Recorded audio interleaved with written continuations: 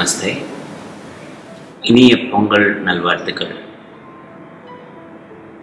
பொங்கல் நல்வாழ்த்துக்கள் சொல்லும் போதுல பொங்கல்னாலே நம்மளுக்கு ஒரு விவசாயிகளுக்கான ஃபங்க்ஷன் அப்படிங்கிற மாதிரி சில பேர் தலையில் இருக்கும். உண்மை என்னன்னா, இது எல்லா தமிழ் மக்களுக்கும்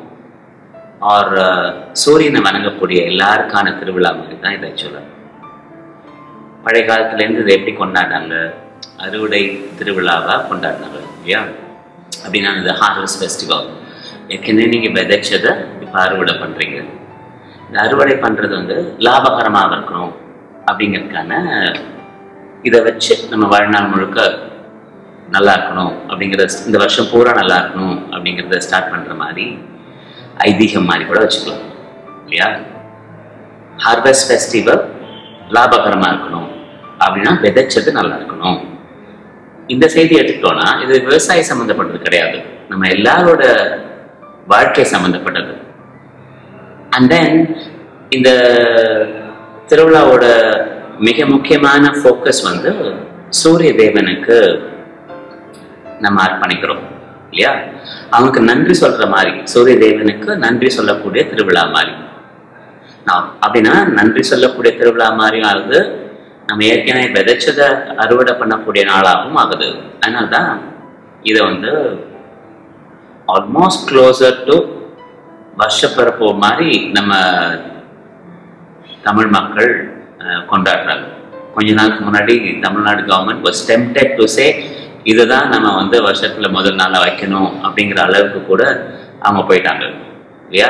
அப்படின்னா அவங்க வாழ்க்கையில மிகச்சிறந்த பல நாட்கள்ல இந்த நாள் ஒண்ணு.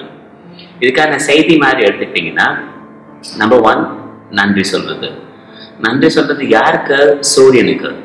அப்படின்னா சூரிய தேவனாலதான் எல்லா ஜீவராசிகளும் இந்த லோகத்துல இருக்கிற எல்லாமே வாழுது.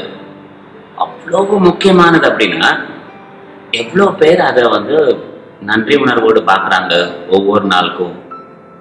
சில பேருக்கு கவனிக்கிறது கூட கிடையாது. ரொம்ப வெயில் அடிச்சா மட்டும் ஏன் இந்த பாடுபடுத்துதுன்னு தான் சொல்றாங்களே தவிர, அது இருக்கிறத ஒரு நல்ல பாதுகாப்பு மாதிரியோ நம்ம உயிர் வாழ்றதுக்கு மிக முக்கியமானதாவோ நினைக்கிறாங்கிறது அன்பார்ச்சுனேட்டா கிடையாது. இப்போ 365 நாள்ல இந்த தை பொங்கல் திருநாள்ல நம்ம திறந்ததுக்கான முதல் நாள் மாதிரி கூட ஆயிடுது. யாரை பத்தி நினைக்கிறோமோ இல்லையோ, சூரிய தேவனுக்காக தான் எல்லாமே படைக்கிற மாதிரி வருது. ஓகே, இன்னைக்கு இந்த மெசேஜை எடுத்துக்கிட்டோம்னா, கடவுளால படைக்கப்பட்ட அந்த சூரிய தேவனுக்கு நம்ம நன்றி சொல்றோம். நன்றி சொல்றதுக்கான நோக்கம் என்னது? நம்ம உயிர் வாழ்றதுக்கு தேவையான எல்லா ஜீவசக்தியும் இந்த தேவன் மூலமா தான் நமக்கு கிடைக்குது. ஓகே, 2வது, சூரிய தேவனை உயிர் உருவாக்குறதுக்கான ஜீவசக்தி கொடுக்கக்கூடிய கடவுள் மாதிரி மட்டும் நினைக்காம கெட்டதை அழிக்கக்கூடிய சக்தியாகவும் நீங்க பயன்படுத்தலாம். எது மாதிரி? சூரியனை எப்படி சொல்றோம்? நம்ம தீப்பிழம்பு மாதிரி பார்க்கிறோம் இல்லையா? Burning ball of fire.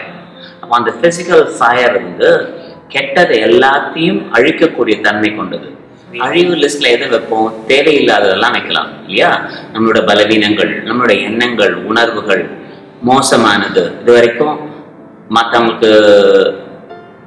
மற்றவங்க நமக்கு கெடுதல் பண்ணாங்கன்னு நினைச்ச அந்த எண்ணங்கள், உணர்வுகள், இது எல்லாமே பலவீனங்கள். நம்மளுடைய பலவீனங்கள் எல்லாத்தையும் கூட அதை படைச்சிடலாம்.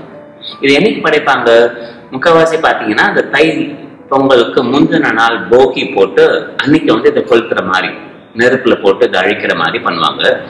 அண்ட் தென் தை அன்னைக்கு, பொங்கல் அன்னைக்கு எல்லாமே உருவாகிற மாதிரி, கிரியேஷன் உருவாகிற மாதிரி, ஆனா அழிச்சு திரும்பி நம்ம உருவாக்குற மாதிரி. அப்போ கிரியேட்டிவ் டிஸ்ட்ரக்ஷன், ஆக்கப்பூர்வமான அழிவை உண்டு பண்றது போகி.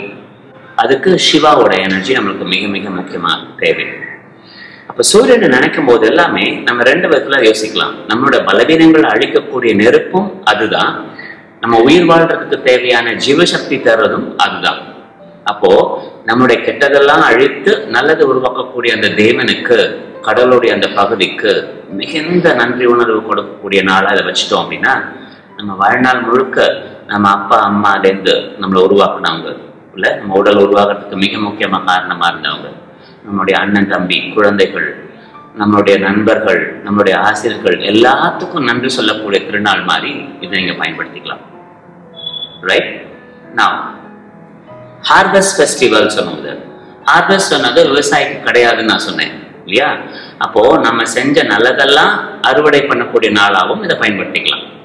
இது வரைக்கும் செஞ்ச நன்மைகள் என்னதான் இருந்தாலும் அது எல்லாமே இந்த நாளுக்கு நம்ம உகந்த நாளாக்கிட்டு டிக்ரீ பண்றதுன்னு சொன்னோம் இல்லையா?